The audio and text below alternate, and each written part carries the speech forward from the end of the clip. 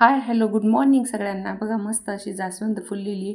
सकाळी सकाळी खूप छान वाटतं असं झाडं वगैरे बघितल्यानंतर.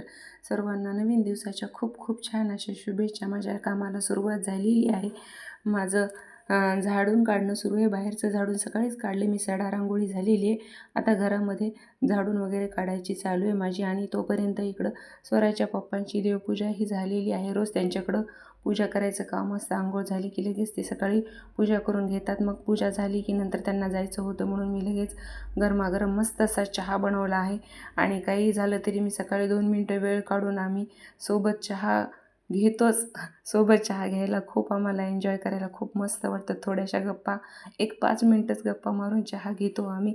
मग लगेच ते गेले. आणि नंतर इकडं सात्विक आज शाळेत गेलो नव्हता. त्याची तब्येत बरी नव्हती म्हणून मी त्याला जबरदस्तीने उठवून थोडं दूध दिलं प्यायला, कारण त्याला औषध पण पाजायचं होतं म्हणून 2 टोस्ट आणि दूध त्याने खाल्ला.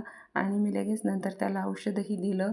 आणि नंतर त्याला झोपवायचं होतं मला, कारण मी कामाला लागले की तो इकडे टी व्ही बघत बसतो किंवा बाहेर इकडं तिकडं हवेमध्ये फिरतो. म्हणून मी त्याला जबरदस्तीने थोपटून थोपटून त्याला झोपी घालण्याचा प्रयत्न करत होते. आणि नंतर खूप वेळ गेल्यानंतर 10-15 मिनटं झाल्यानंतर मी त्याला झोपी घातलेलं आहे.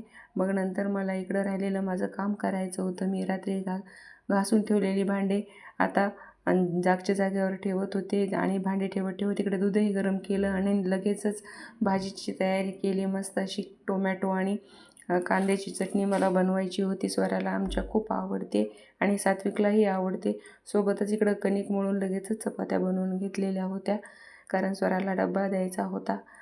पाठीमागून तिचे पप्पा डबा घेऊन जातात सकाळी. छोटा टिफिन ती घेऊन जाते आणि नंतर मोठा टिफिन मी पाठीमागून देत असते. बाय एवढंच होतं आजच्यासाठी. थँक्यू.